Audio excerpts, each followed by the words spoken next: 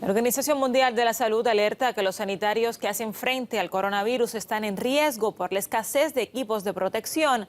Ante la masiva compra de mascarillas y otros materiales, países como Alemania y Francia han anunciado que tomarán el control de los suministros. España, en cambio, no contempla una medida así, pese a que la demanda de mascarillas en las farmacias ha aumentado un 20.000% respecto al pasado año. Francisco Guaita ha conversado con la doctora Ángela Hernández sobre esta situación. Ángela, ¿en qué os preocupa a día de hoy al equipo sanitario la situación del coronavirus en los hospitales? Pues teniendo en cuenta que somos el sindicato médico mayoritario, lo que más nos preocupa es el feedback, lo que nos están contando los médicos de cómo se está llevando esta crisis en primera línea. Es decir, la dificultad que tienen para aplicar en el día a día los protocolos que emite Salud Pública.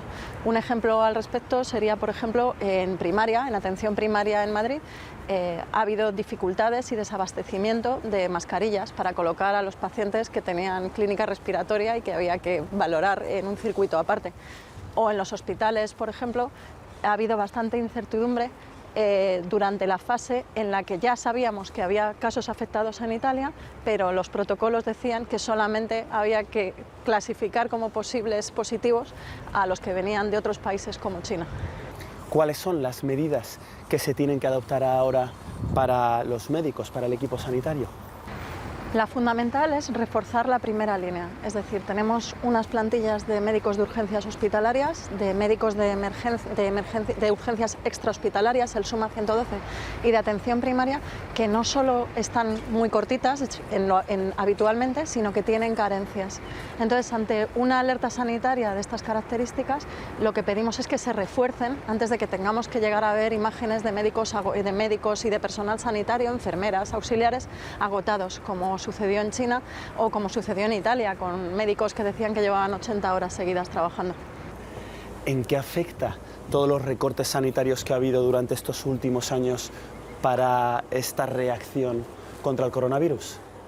Pues en que partimos de una situación de base muy delicada, es decir, para ponerte tres ejemplos claros, los médicos de urgencias hospitalarias que están atendiendo toda esta sobrecarga y todo este mogollón que está llegando en primera línea, tienen contratos temporales en un 80% en Madrid.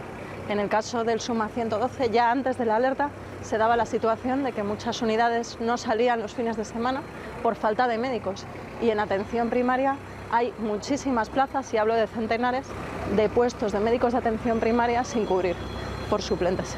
Todo esto creo que podría ayudar a los profesionales bastante que se estableciera un teléfono de atención al profesional médico, ya que se están produciendo muchos retrasos en la asistencia por el tiempo tan largo que se tarda en contactar con Salud Pública.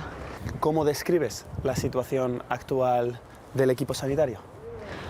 Pues teniendo en cuenta la situación de precariedad de la que partimos, la describo como... Depende de cómo se desarrollen las próximas semanas, pero puede llegar a ser dramática. Es decir, estamos hablando de plantillas que ya de por sí tienen un déficit estructural y que están muy agotadas, y que todo este sobreesfuerzo, por mucho que se tire de vocación y de profesionalidad, que lo van a hacer, puede terminar en un agotamiento inaceptable. Salvo que se produzcan los refuerzos que se tienen que producir y a tiempo, porque parece que vamos siempre un pasito por detrás de todo esto. Me gustaría que fuésemos un pasito por delante, al menos en el cuidado de los profesionales sanitarios.